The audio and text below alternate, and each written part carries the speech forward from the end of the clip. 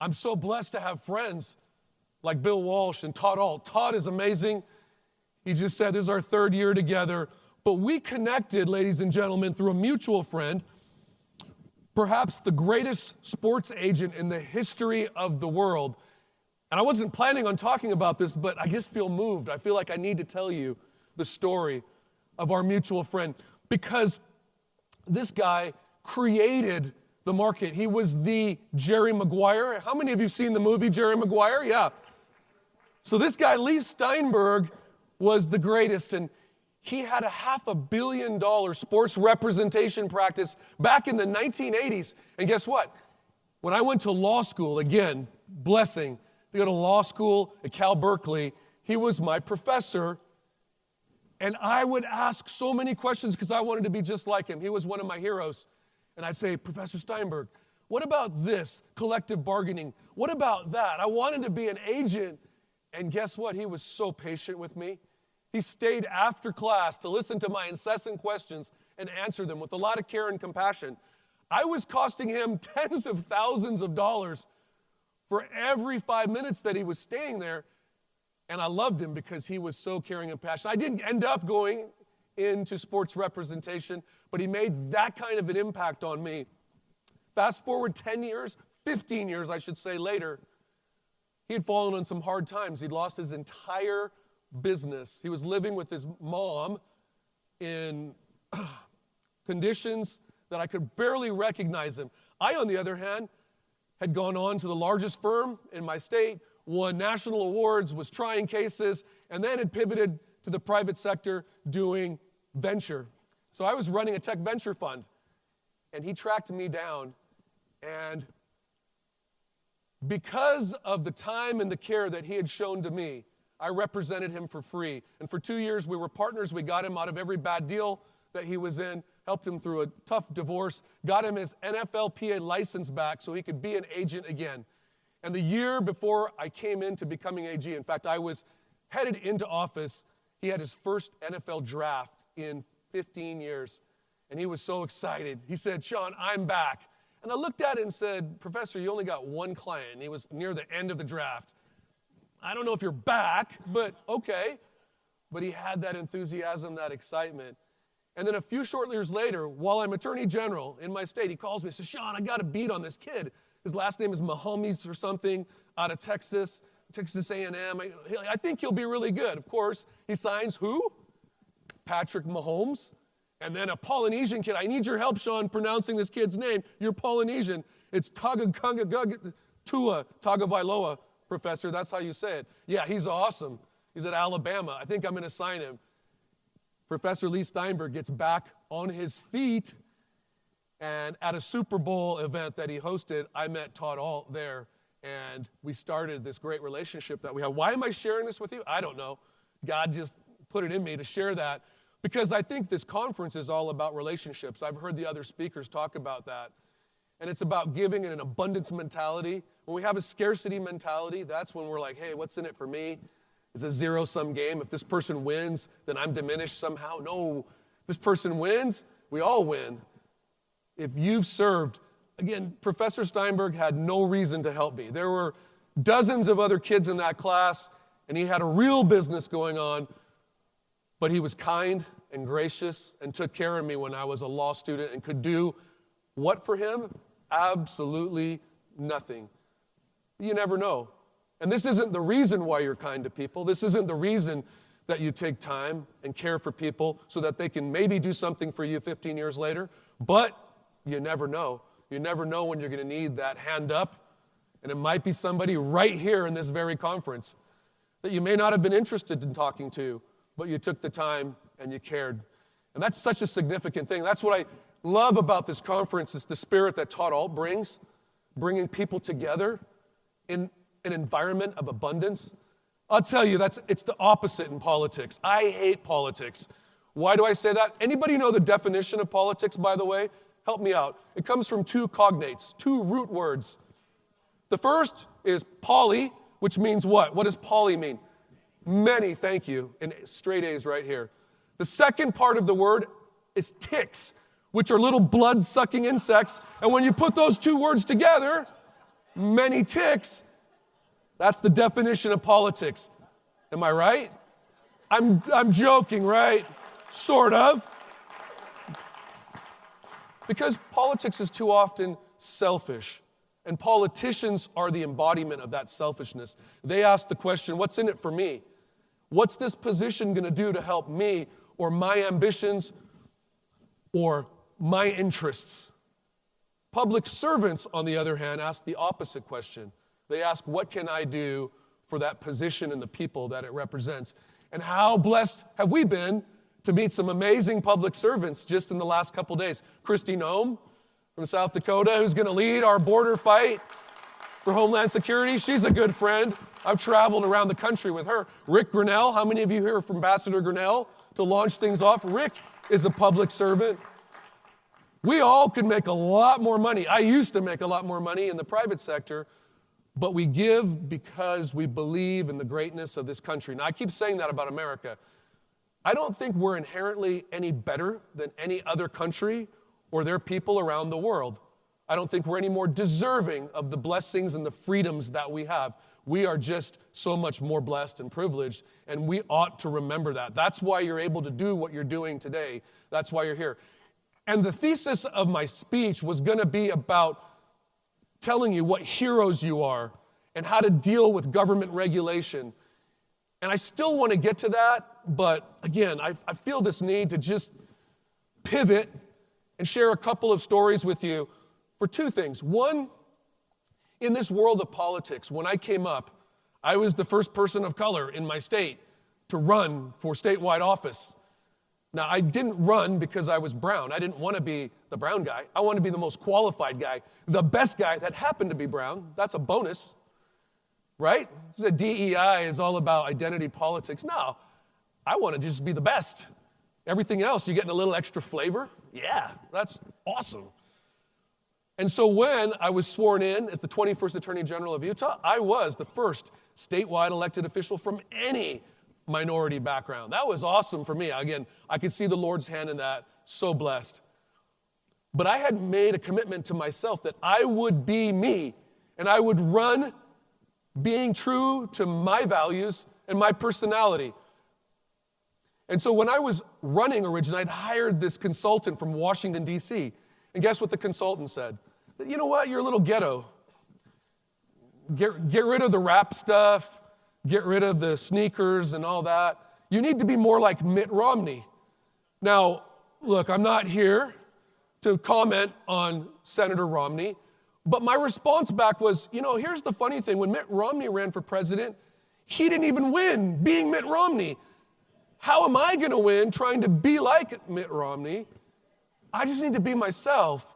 And so I put a team around me that would allow, thank you very much. I put a team around me that allowed me to be myself. Now, I want you to remember that in your businesses. Be yourself, but be your best self. I'm not saying you can't improve and you can't be more disciplined. You can't aspire to be the best version of yourself. But at the core, be who you are. Embrace that. How much sweeter and better, win or lose, regardless of the outcome, doing it on your terms. Now, this came full circle, and I'm telling you this story because of a request that Todd made. The very first interview I did as the sitting Attorney General of Utah, just selected by the Republican National Committee as one of its 5 national rising stars. They fly us out.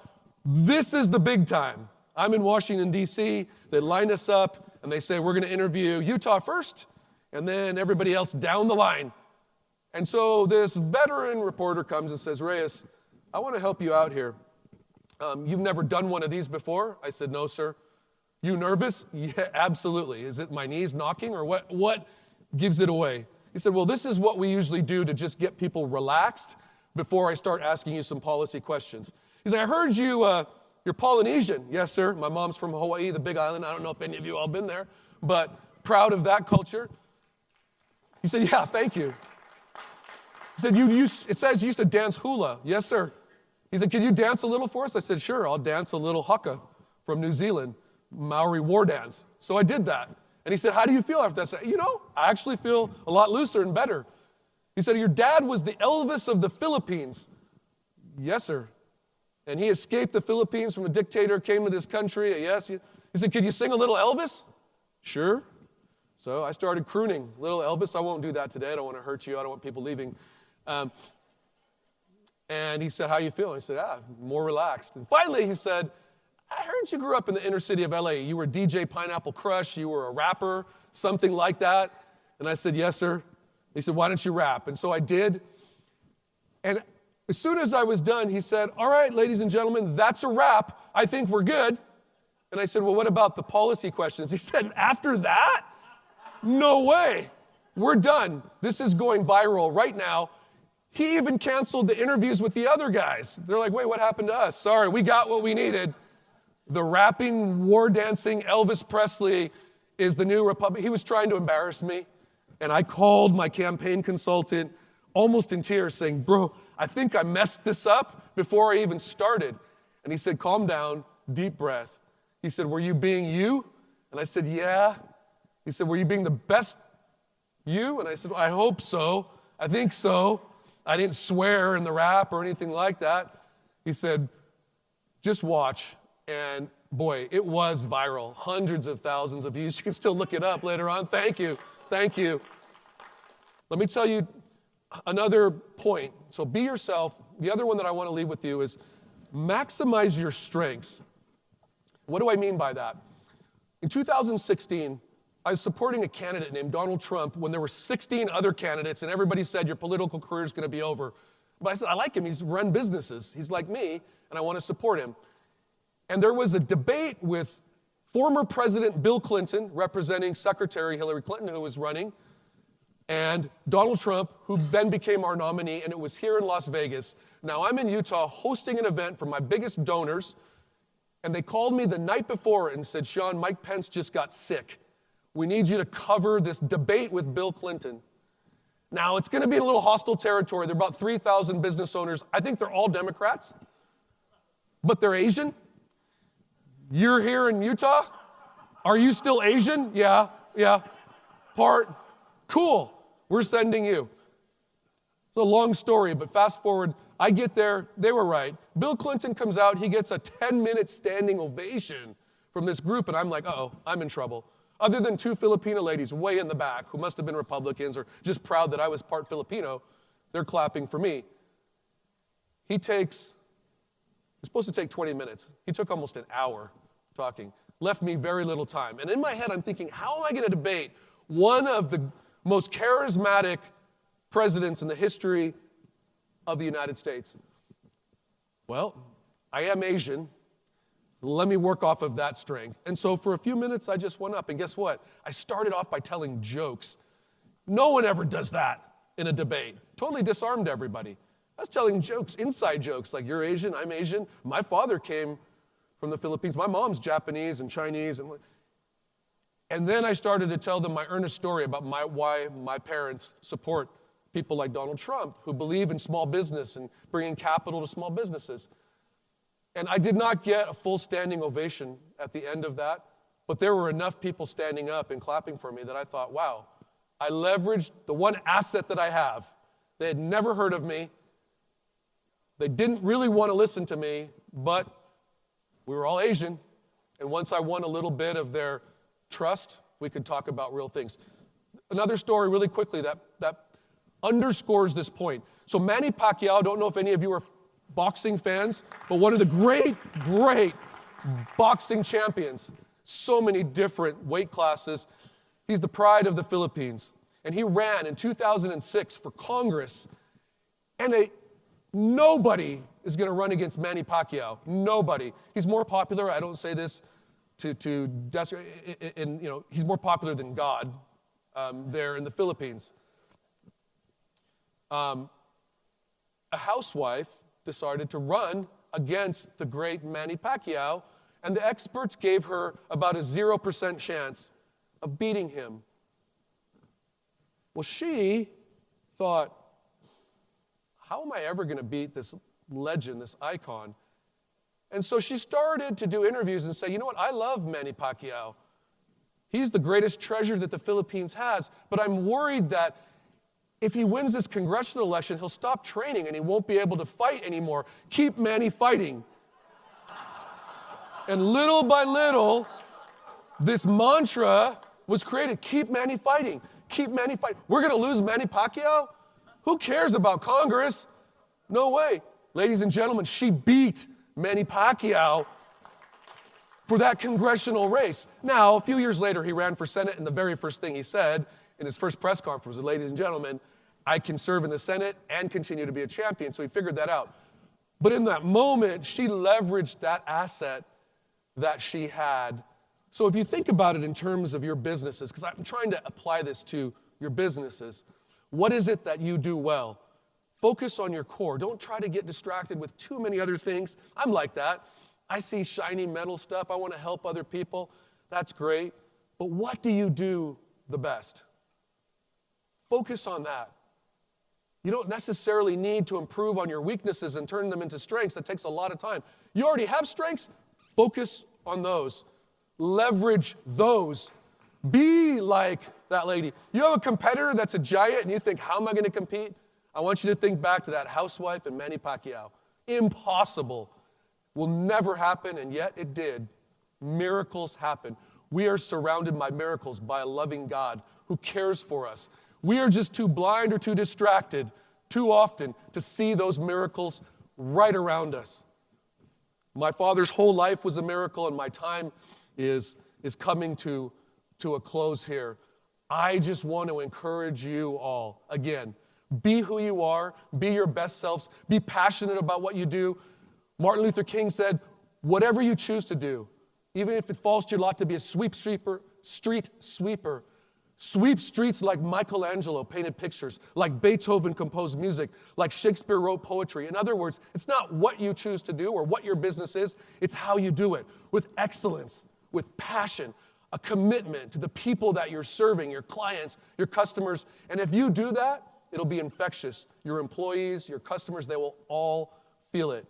And be appreciative and thank whatever God you believe in that you're here in the United States of America. God bless this country and great nation. God bless all of you. Thank you so much for your time. Love you and appreciate you. Thank you.